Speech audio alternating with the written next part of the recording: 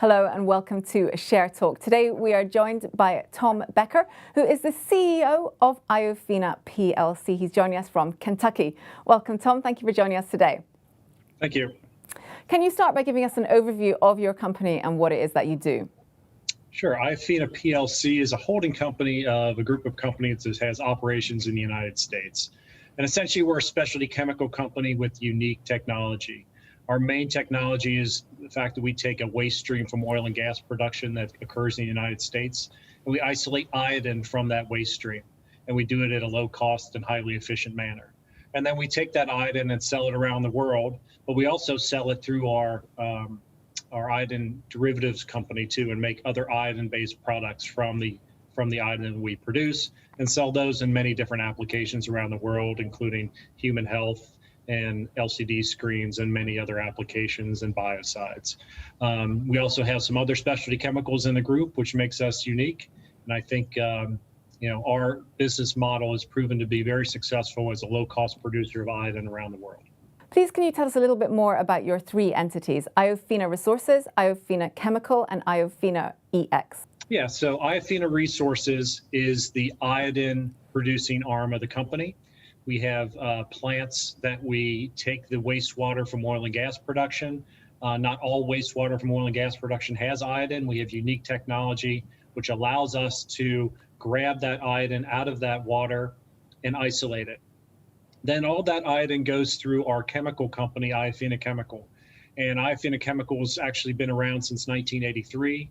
And it either takes the iodine and creates other products, like I mentioned before, that may go into human healthcare applications, animal healthcare applications, biocidal applications, or pharmaceuticals, and sell those to the end users, or we sell the iodine directly to the market. And then you also mentioned IofinaEX, which is a pretty new venture for the organization. We looked at isolating some cannabinoid compounds from hemp. We've really put that on hold for now, and really strictly within that company, there's a seed investment in hemp seeds that we're finishing up on, and it's unlikely we'll probably move forward with very much more on the IofinaEX side. And what about some of the technology involved that's unique to your company?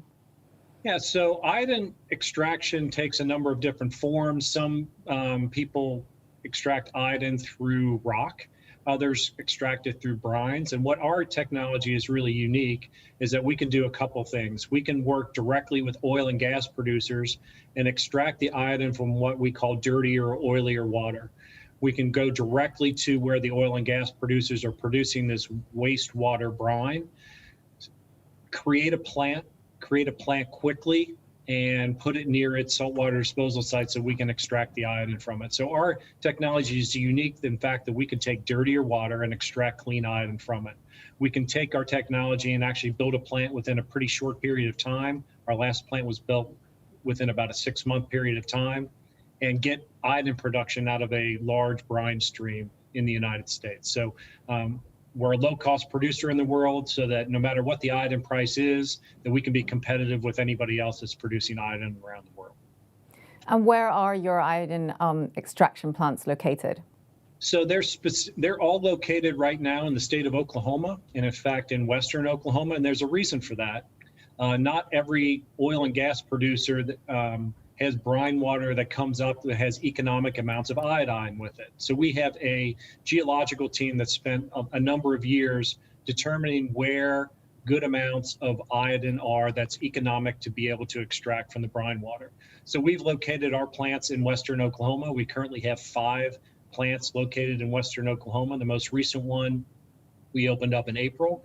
And it's a key to our business having these diversity of plants. If there's ever an issue at any one plant, we have multiple plants working at other sites. So the fact that we have multiple plants gives us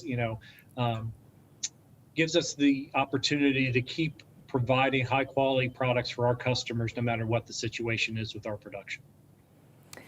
And how has coronavirus, COVID-19, how has that affected your business?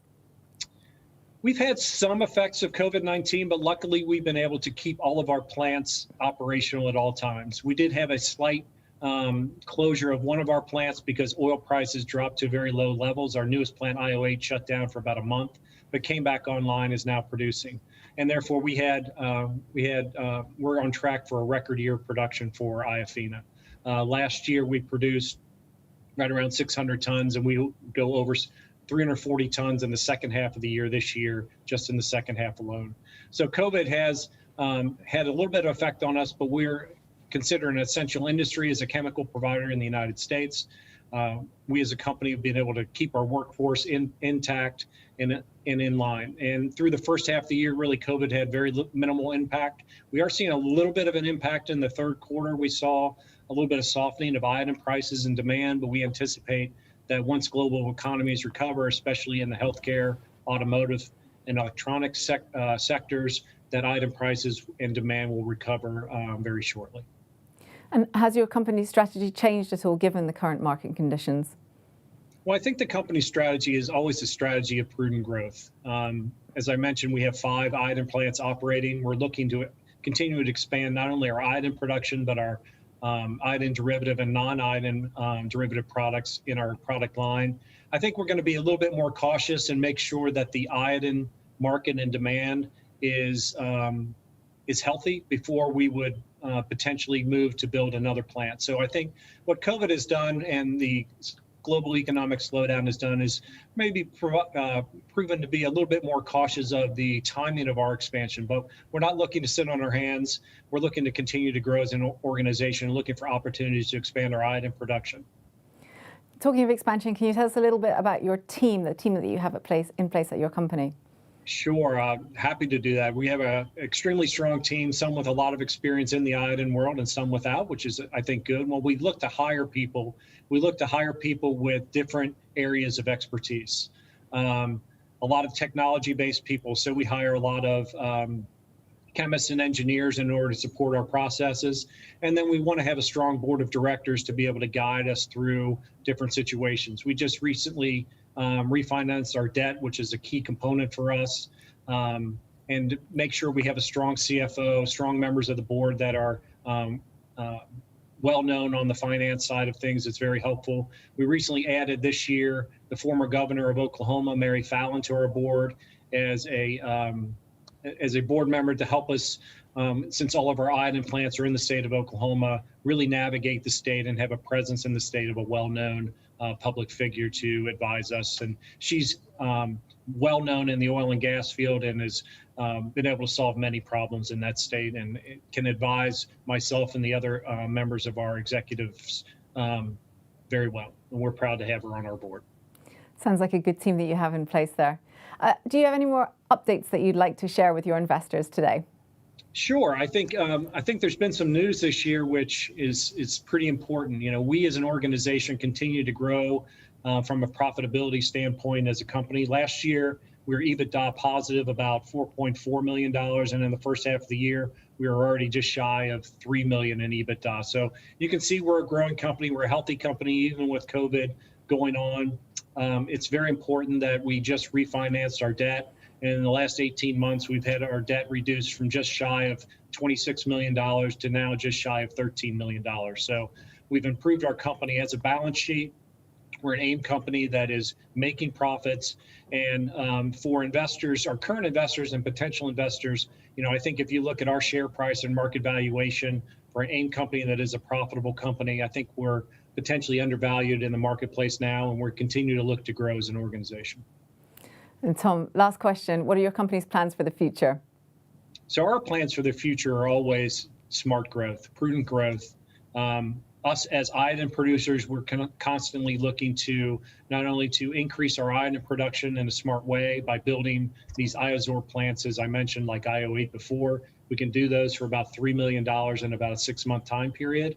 But we're also looking to expand, you know, not only our iodine production, but our other specialty chemical derivative products. So the more value we can get by taking iodine into other specialty chemical products. And we also have a substantial amount of non-iodine products, which gives us diversity within the group.